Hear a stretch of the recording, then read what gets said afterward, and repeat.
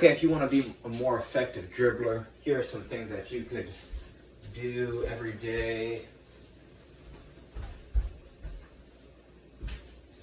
Okay, the first thing is you got to develop a ball mastery habit. 1 minute a day, right? Learn one move a month, or learn one move a week, or one move a day, and then you got to start, right? Build the habit, and once you build the habit of a minute a day, go to 2 minutes, and then as you start to build a habit, you can improve your intensity and your volume. Because it's easy to say, oh, I'm going to practice 3 hours, I'm going to practice, I'm going to get 1,000 touches, I'm going to get 10,000 touches. It's not how it works. You gotta, it's just like flossing. You gotta do a little bit, right? Just start with one tooth. And then once you start with one tooth, then 1 turns to 2, 2 turns to 3, and then you're doing your whole mouth, right? So just focus on one ball mastery move, 1 minute, right? Download Cover Coaching, Coerver, Cover skills app or coaching app, whatever. There's one on iTunes, right? Apple App Store. There's one on Android, or just YouTube. Cover, Coerver. That's the first thing you want to do. Increase your ball mastery, and the more effective your ball mastery is, then the better that you could dribble opponents in 1v1. The second thing you want to start to practice is this dribbling sequence. It's called the Tom Turnbull dribbling sequence. It goes like this. You go outside, outside, inside, outside, inside, outside, outside, inside, outside, inside, outside, outside, inside, outside, inside. So you drill that down over and over and over. The reason why this is so effective is because it's easy to memorize. If it's easy to memorize, that means it's easy to execute, right? You want to turn this dribbling sequence into muscle memory so that when you're on the field, you're not thinking about dribbling. You're going to start to be able to dance around defenders effortlessly. The second reason why it's so effective is because it combines with your other ball mastery moves. So you're going to start to go outside, outside, inside, outside, scissor, or outside, outside, inside, outside, L move, or it's a foundation. It's a foundation, and it makes all your other dribbling moves, all your other ball mastery moves more effective, right? It's a connector. So those things are going to start to be especially if you don't have training partners, and if you only have 2 cones and there's not a lot of pickup games or matches available, if you drill those things down, right, there's an infinite amount of ball mastery moves you can learn, and this sequence, you want to drill this every day. Start with a minute a day. Outside, outside, inside, outside, inside. Outside, outside, inside, outside, inside. Say it out loud when you're doing it, and you want to go slow in the beginning, right?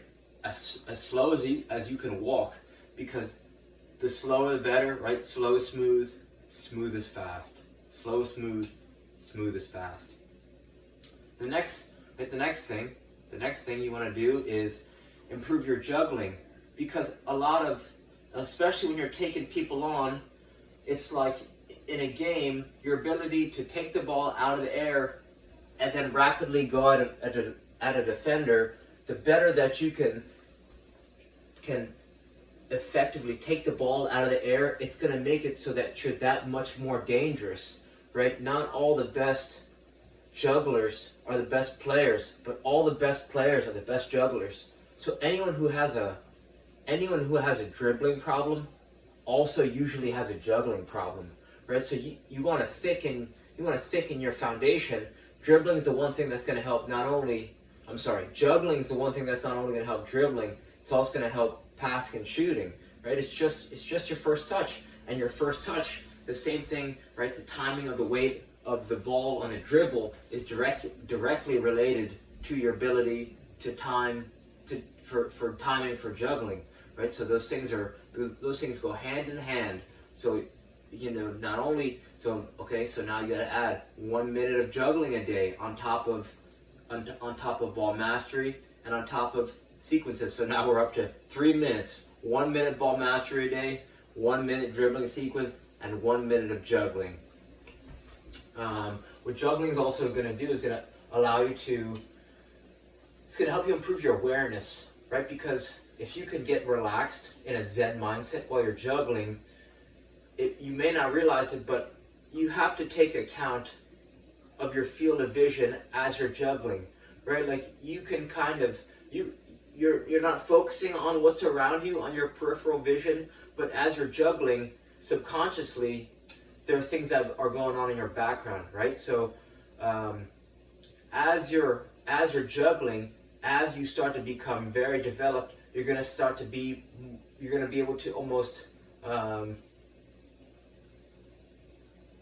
it's going to take less and less brain power for you to juggle the ball, right? Because you're going to develop the circuitry in your head and in your neurons. It's going to become easier as you practice, and as you practice, you're going to find more joy, which is going to help you get better. So basically, as you practice juggling, your awareness and timing for dribbling will improve, right? So those things are, right, just like I said, directly correlated.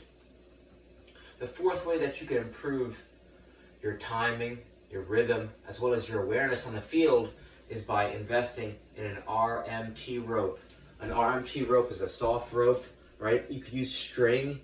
You want it a little bit longer than you are tall. So this one wasn't made for me, but right, this one, I'm 5'10" on a good day. This one's a little taller than me. And the reason why it's going to help you improve dribbling is because what it does is synchronize movements in your body. Your body's connected from fingers to toes, right? And your feet and your hands they're intimately connected. So your ability to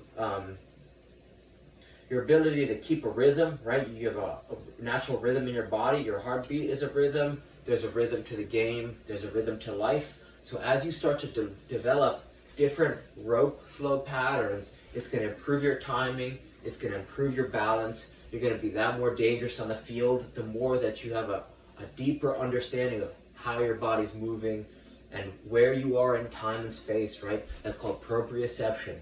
Where your body is, understanding where your body is in time and space, right? That's what balance is all about. So for those reasons, if you can invest in one of these and you start to bring it everywhere you go, you're just actively, passively swinging it around, nice and easy, great for a warm-up, could be used for a cool down. It's going to improve your life, right? I noticed the first thing that started happening when I was using this rope flow, my juggling improved. Since my juggling improved, my passing, my shooting, and my dribbling started to improve as well. So the last thing I'll leave you with, how do these things all tie together? Well, if you're serious about becoming a better player, you want that to happen fast, you got to take what's called a permanent soccer vacation. You got to carry or bring with you one of these tools with you everywhere you go. A size 1 ball or a tennis ball, an RMT rope, even a kick trainer, right? A ball and a rope. All these things are just going to allow you to effortlessly get more touches. The more touches that you get, the more mistakes you're going to get. The more mistakes you make, the more that you can learn from the mistakes. Right? Think about the World Cup game, the final game. There was multiple mistakes being made, even at the highest level of sport in the championship game, the best people in the world, and still everyone's making mistakes. So what this tells you is, it's not about not making mistakes. It's about being super relaxed, right? And still playing and still having fun and getting joy out. You're gonna make mistakes at every single level, no matter where you're at in your development. But the whole point is to keep on riding the waves, get a little bit better every day. So hopefully some of these ideas are going to help you become a more effective in your 1v1 battles. All right, thank you.